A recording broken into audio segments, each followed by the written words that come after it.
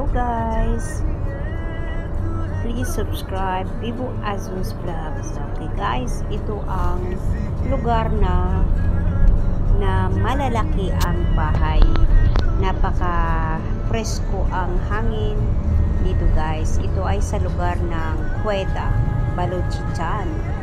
So guys, at saka very nice people there guys.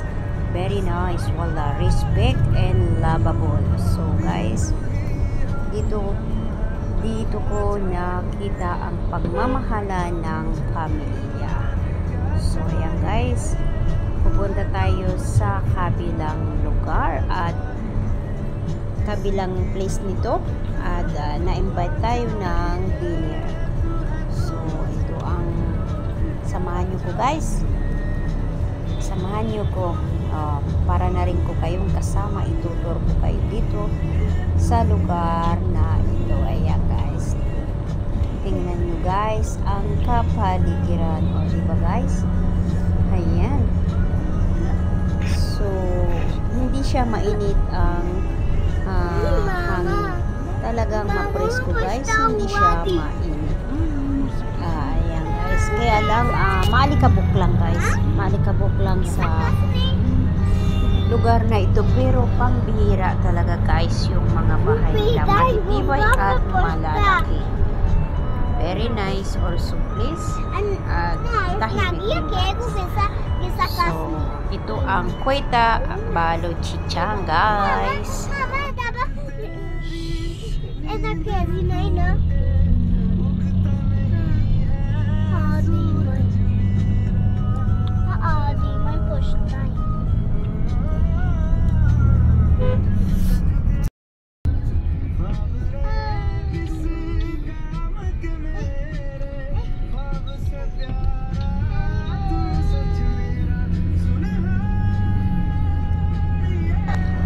Guys, papunta tayo sa pamangkin ni Habi kasi in-invite tayo ng dinner.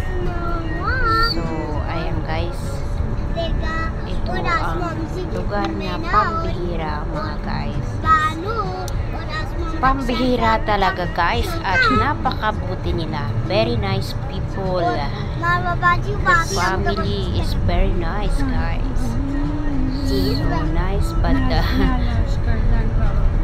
ayaw ko lang guys yung dust, yung alikabok dito guys. So nakikita nyo naman kasi ang kanyang kalsada guys.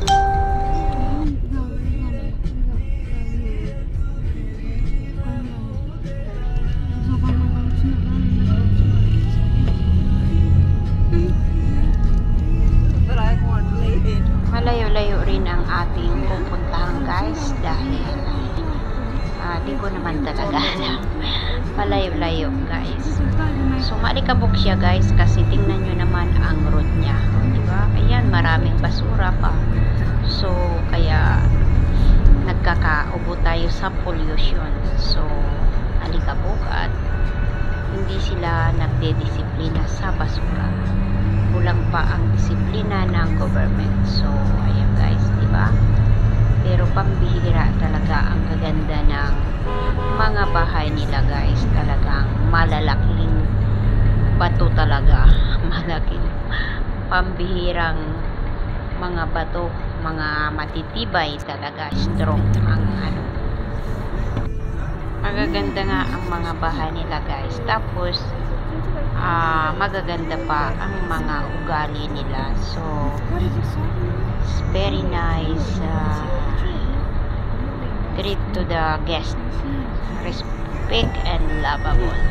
Maasikaso sila guys, kaya mahalaga talaga guys yung nagmamahalan ang buong pamilya.